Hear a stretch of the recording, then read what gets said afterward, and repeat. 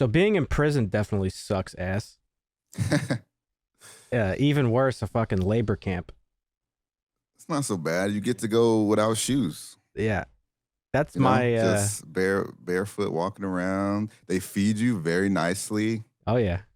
3 stages of meals too. You get tasty. They're You get tasty or bland, or you get fried. yeah. Get the juice. Yeah. So that was my takeaway. That was the thing I learned in this episode of Andor. Episode 8, Narkina 5. Big mystery. No time skip. Very surprising. We didn't get a time skip. Yeah. We actually see him in prison, which is interesting. Yeah, I'm starting to think we might actually get to see him in prison for 6 years. Like legitimately. Yeah, I mean, how is he getting out of there? Like, well, I don't know how he's getting out of there, but he was fucking shook this episode. I think this is the first time we've actually seen him like legitimately scared. Yeah. Like he did. We did see a little time jump. What do you mean? Like 30 days. Well, 30 yeah, days. yeah. But Diego Luna did a really good job this episode, I think, like portraying that he was scared. Yeah. And like that same question is like, how the fuck am I gonna get out of this? Yeah. It seems like a hopeless situation. Yeah. And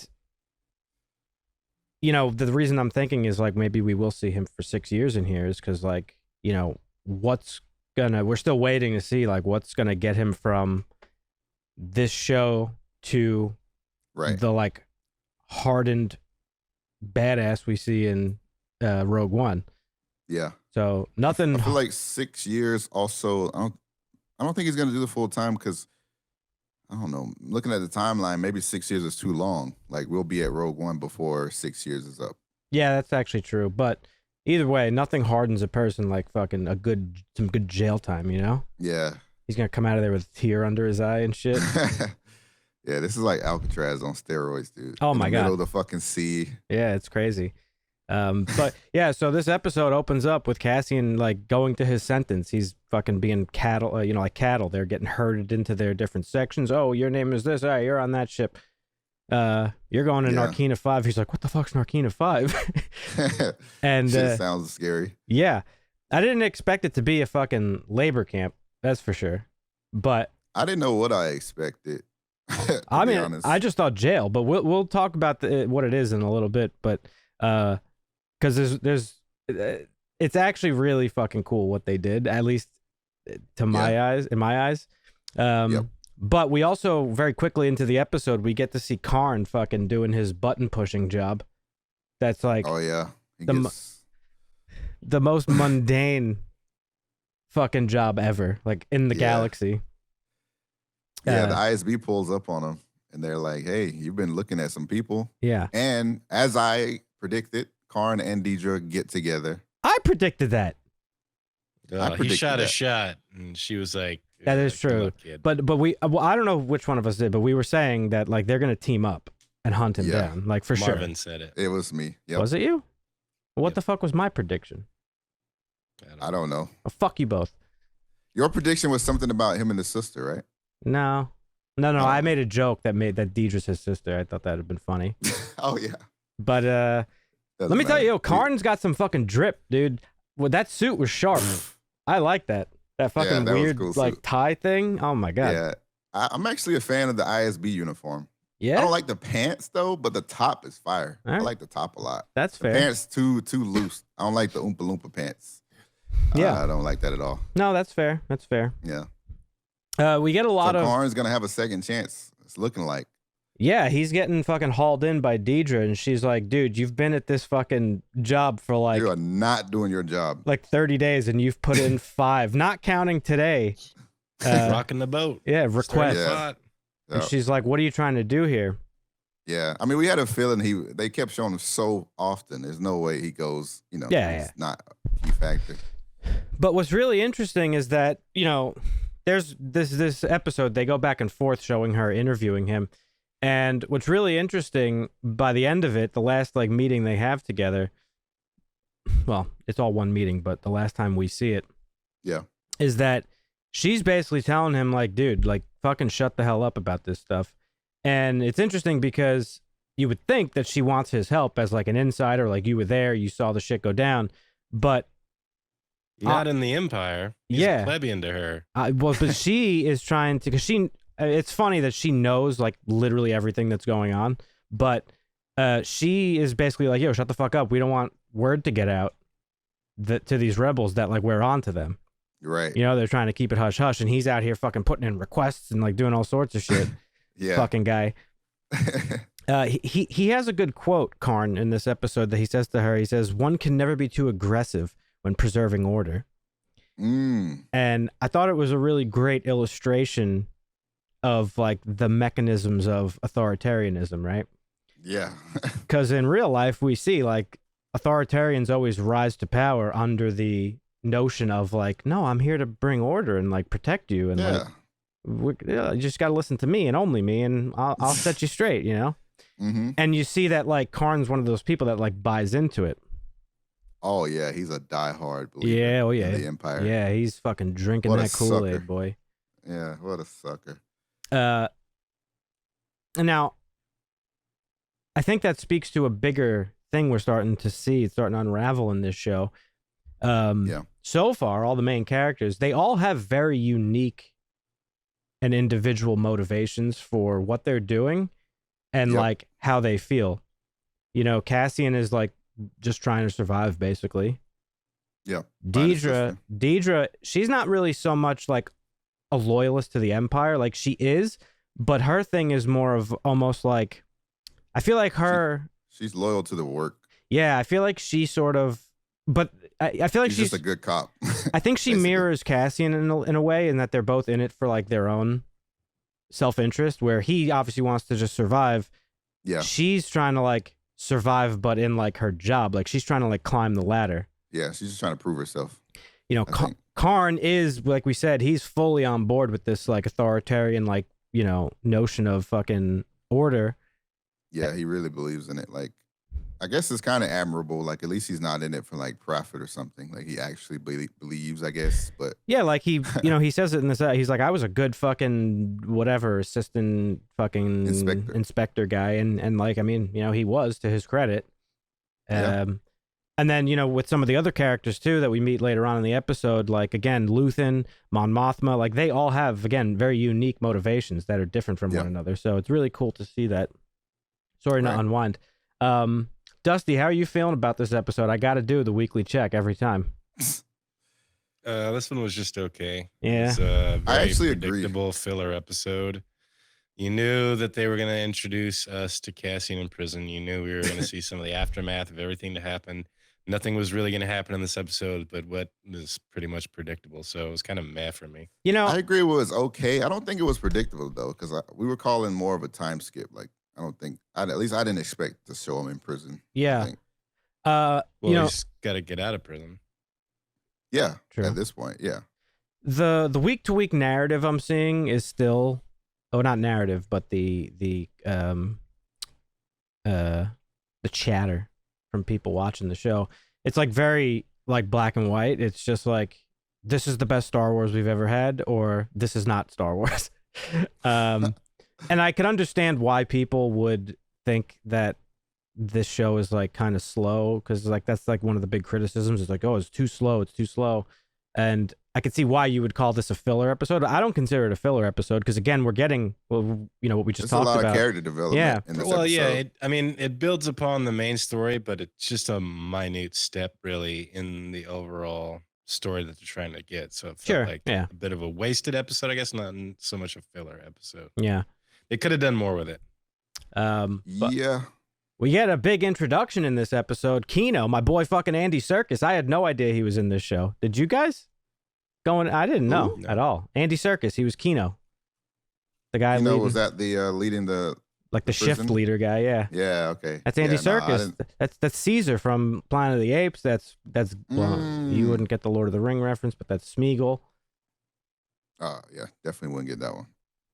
I haven't seen that bullshit. It's too woke for me. Andy Serkis is not a guy I'd want mad at me, though. I'll tell you what. He's got the best he's got the most scary mad face I've ever seen. He's like, yeah, He's like, what's going on? You're taking a little break? Just a little breather. Get back to work. It's like, oh, fuck, dude, relax. But through him and these scenes we get in this like labor camp, it's very telling for something that only dawned on me in this episode. And I was like kind of blown away by it. I thought it was great that they did this.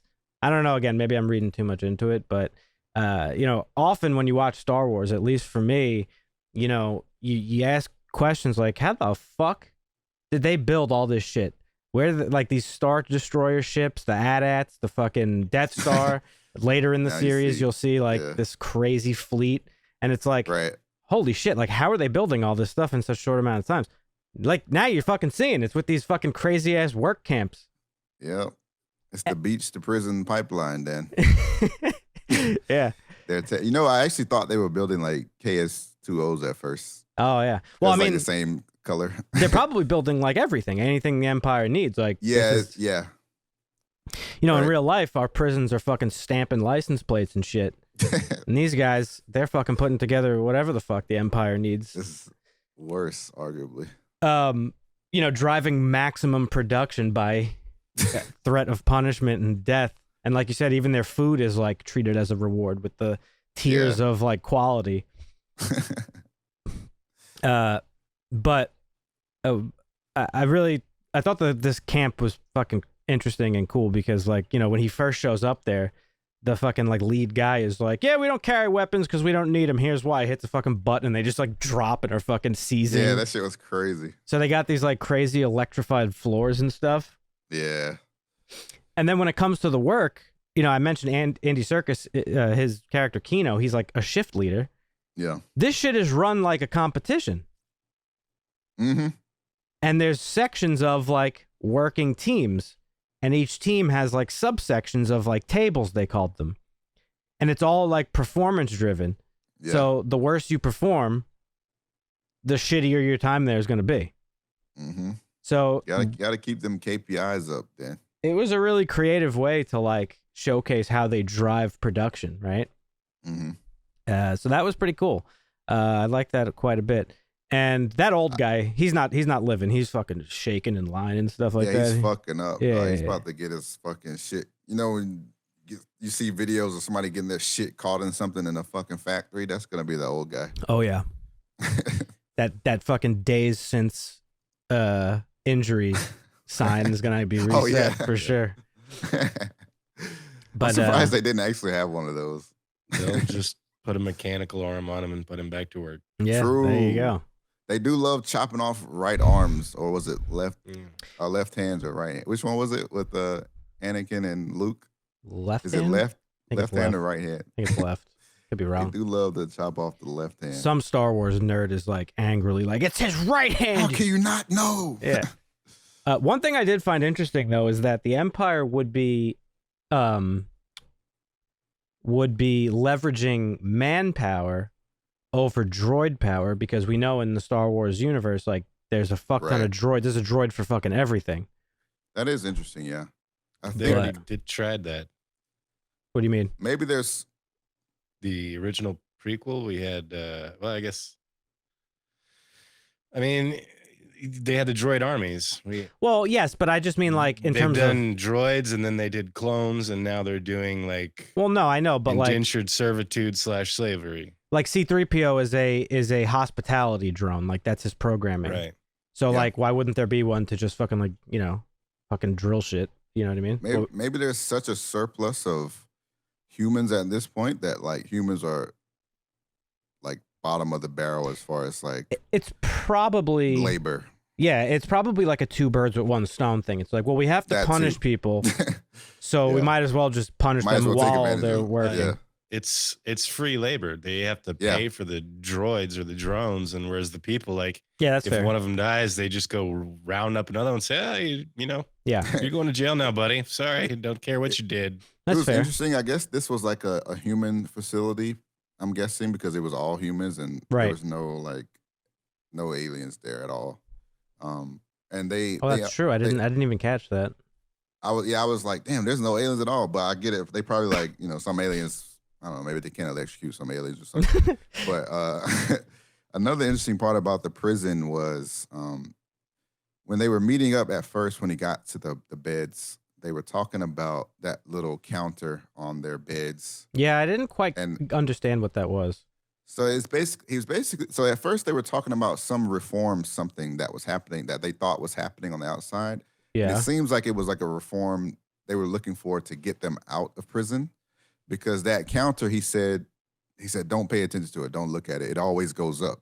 When I'm assuming it should go down because that correlates with your release date. Oh, maybe. So he's basically hinting at you're basically going to be in here forever. So don't even worry about it. Right, because they did mention that they're starting to crack down because of the heist. Exactly. That took place. Okay, yeah, that's true. It was PORD, and they called it a couple different things, but I assume it's some kind of prison reform type of deal that they were looking forward to that never was actually taking place on the outside world. Well, also, it's now dawning on me, the stuff we get to see of Mon Mothma this episode, she mentions she's trying to garner votes and support to, what did she say? I have it written down. Oh, she says that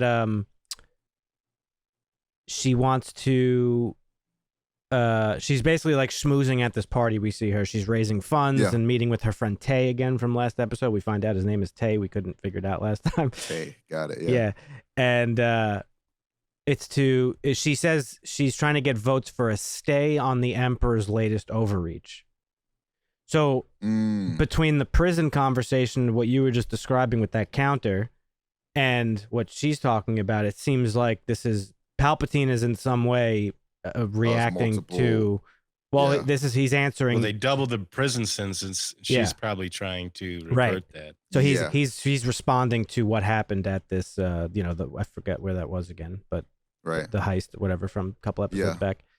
So okay, now that all makes sense to me. Yeah, I think one thing, the overall theme has been like trying to get the Empire to overreact and come down a little too hard. So maybe this prison is gonna maybe they'll just kind of come together and overthrow them somehow. Yeah, have a little riot. That's how he escapes. Good old fashioned prison riot, maybe. So back to the Mon Mothma thing.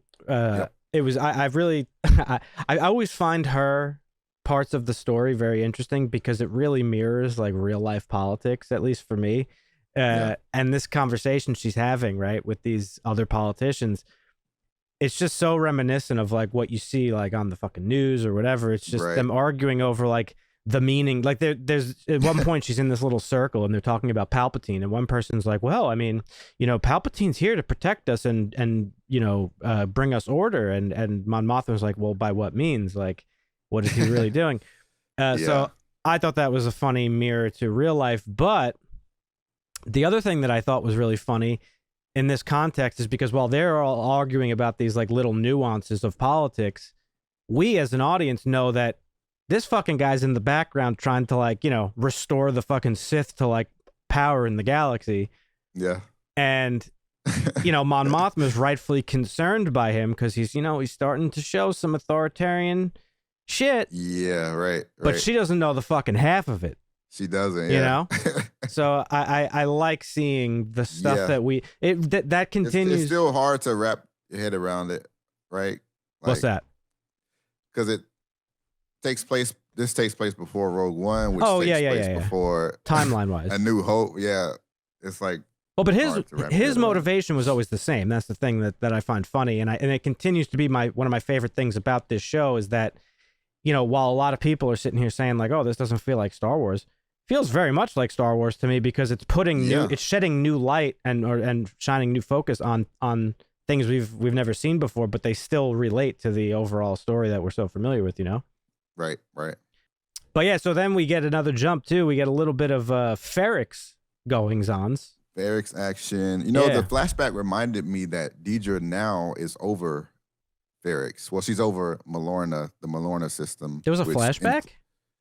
Not flashback. The intro recap.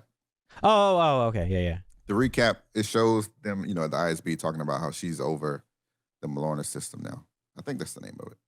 Yeah, well, so back on Ferrix, we get a little bit of a convo between Vel and Cinta. They're there spying on Cassian's cohorts or whatever, I guess, trying to track him down because, as we know, Luthen wants them to kill Cassian.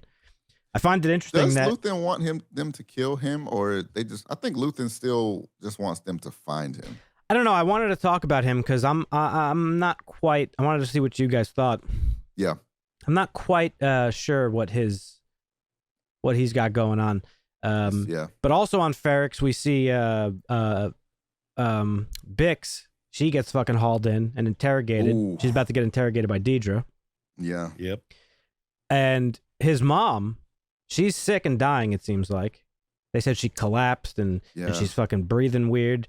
But they said she's looking for fucking tunnels. Like she's fully on board with this alliance or the rebels or whatever. Mm-hmm. And they make mention like, oh, we need to send her here or she needs to go here. But she just seems like she wants to die with her people. Mm. So she's for the people. And we see a little bit of the Chad guy that rigged that ship in like the first couple of episodes to blow up. Yep. and we get the Saw Gerrera intro. Ooh, we finally made him. And this is where I wanted to talk about Luthen. They're having this conversation about, Luthen's like, oh, I brought you some fucking parts and this, that, and the other thing. And there's like a conversation about like ideology between the two. Mm-hmm. And Saw is like essentially an anarchist. Like he just doesn't want government at all. Right. Or a libertarian. He loves to fight with similar minded folks. Yeah. So he's kind of like, it's not that he doesn't have an ideology. It's just very different than the black and white, like Empire bad, everything else is good. Mm-hmm. And then we get a little bit of like Luthen's ideology of like, he really believes like the Empire is bad and like he wants to stop them before they get too crazy to where they can't be stopped. All right. But something's going on with him. There's a bit of a mystery to him. I don't quite really get what it is. And again, I wanted to see what you guys thought of it because they're having a conversation about the heist and they're both kind of like fucking with each other, like hinting at whether or not either of them were responsible for it. And Luthen doesn't come right out and say like, yeah, no, I orchestrated that. So I'm like, is he hiding it because, like maybe he thinks Saul can't be trusted or maybe a little what? bit of that, or maybe you never know who's listening. Yeah. And maybe he just, he doesn't want to just be saying some stuff like that. There was that good quote he said about, aren't you tired of fighting with people who agree with you? I thought that was a great quote. Basically like the perfect description of Saul. Well, right. He's just like, he kind of just is like, he's fucking aggro all the time. For no reason. Yeah. Dusty, what is your take on this Luthen business? I thought the same. I think he's just, holding everything close to the vest. He doesn't know whether or not he can actually trust him. So yeah, just playing the game, we have all these rebels. It's be just as easy for one of them because who each other are to screw the other one over and take the goods for yourself. So right, got to be careful. Yeah. This might be my favorite Disney Plus series, like period. Like among the Marvel stuff, the Star Wars stuff, like it is just, it's so good for so many reasons. I get again why people would say it's like kind of slow, but I think that slower pace, like we talked about in It Follows too. It's like it's needed. You can't just be boom, boom, boom, boom, boom, like all the fucking time. At least for me, I don't know. I appreciate these like little slower periods that like develop the plot and the characters. Yeah, we did get an Easter egg. Did we? I was watching Ryan Aries Easter egg video. What'd he catch? Melshi is a character who is Cassian's friend in Rogue One, is one of the prisoners in this episode. So, really? Yeah. Who was that? Rue Scott Melshi is the character name. I'll have to look that up. It's not on this like the list I'm looking at of characters in this episode. Yeah, they didn't put it on the episode. Was he in his group? I don't remember if he was in his group or not. Okay. Didn't pay that close attention. So somebody he interacted with in one of the earlier episodes? No, he's in the he met him in the prison. So okay. chances in are, Rogue One you said. Okay, I'm sorry. they're friends in the Rebel Alliance in Rogue One. Okay, they apparently meet in this prison. So gotcha. They'll probably break out of the prison somehow after they reprogram a robot in the next episode or two. We'll see what happens. We'll see. That electric floor boy. Whoo! That's gonna be floor is lava. Then that's gonna be like a fucking video game puzzle. They're gonna have to break out of. I don't know. It reminded me of Face Off, where they all had to wear boots. It does remind me of that, actually. They're gonna have to do that GoldenEye shit, where, what was it? The man with the golden gun level, like at the end, it was like the end game level, and to get the golden gun, you have to do the fucking floor puzzle. It's like forward, left, up, down. Oh, one of those. Yeah, and then like, because if you step on any other tile on the floor, like you get fucking killed or some shit. But it's basically Fall Guys, right? But yeah. Yep. But the show is doing a great job of showing the oppression that's being put down on the fucking galaxy, dude. Like 100%. I haven't seen all the Star Wars movie, but we haven't seen it before in this way. You never see it this way ever. The Empire was like a fucking it's like Michael Myers lurking, and then this is like Michael Myers fucking stabbing. Well, I've said before, right? It's like we've only ever seen this galaxy through the eyes of like the special boy, who's very special, right. and he's like above all that. Yeah, he's so special, and it's all about him and his bloodline and like Jedi and all this stuff. It's the first time we're like on the fucking boots on the ground, like living with other people who like live in the galaxy and like deal with this shit on a day-to-day basis and how it affects their lives. So definitely great. Love it. It's amazing. Great show. Yeah. If you're joining us for the first time, folks, please consider subscribing and hitting the notification bell for more videos. We cover Andor every week. You could check out the playlist over there somewhere after watching this video. Yes. And check back with us next week. We're on episode 8. We got, 4, 8, 9, 10, 11, 4 left. So we're winding down. If you're watching the show and if you're caught up, let us know in the comments what you think. And we'll catch you in the next one. See ya. Hasta.